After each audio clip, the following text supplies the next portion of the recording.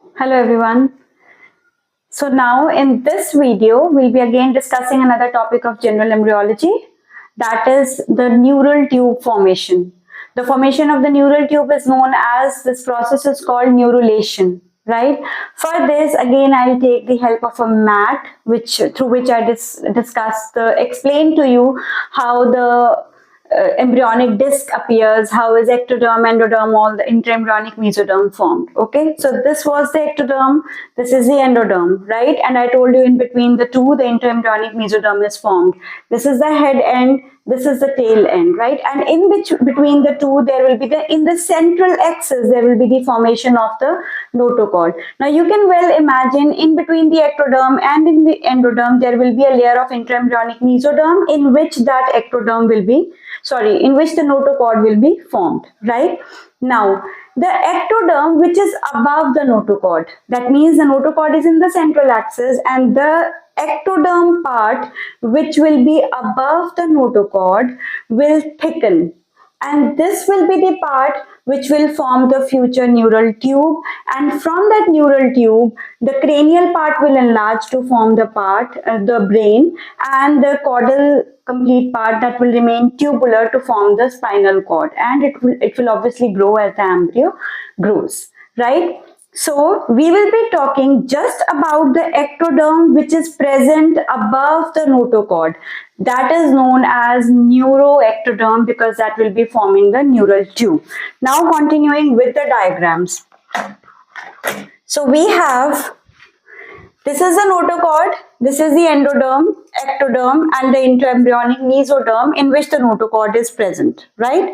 So I told you the ectoderm that is just present above the notochord will thicken. So this has thickened, this ectoderm has thickened, and we give it the name neural plate because it appears plate-like, so we call it as neural plate. Right? Then what will be the next change that will occur? The ends of the neural plate will rise up. The ends will fold up. So when the ends will fold up, the central part will be depressed. So the upward folded ends, we call them as the neural folds, and the central depressed part we call as a neural groove. So it will be giving this appearance. Right? So these are the neural folds. The central depressed part is the neural groove.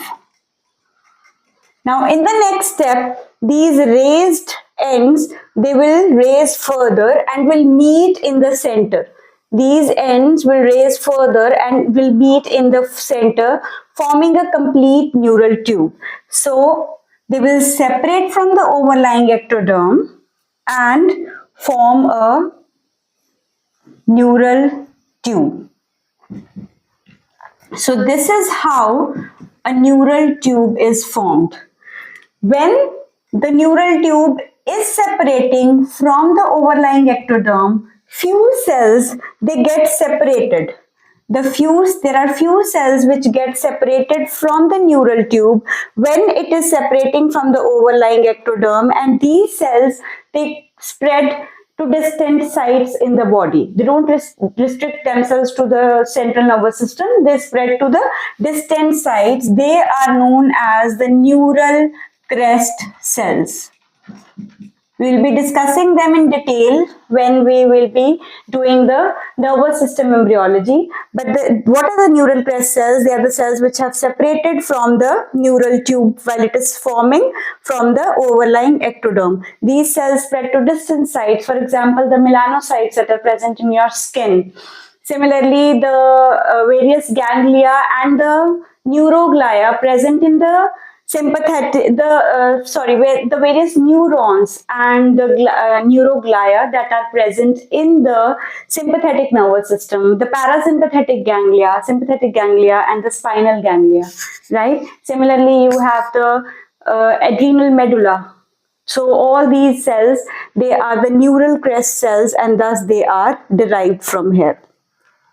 So as I told you, neural tube will elongate. The cranial part will form the brain. The rest of the tubular part will form the spinal cord. So this is how the neurulation occurs. That is, so we can well imagine that the brain and the spinal cord, they are all derived from the ectoderm.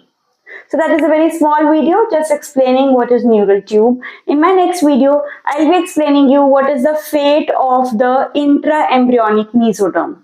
The mesoderm that is formed between the ectoderm and the endoderm. What happens to that? What all structures are formed from there? Thank you so much.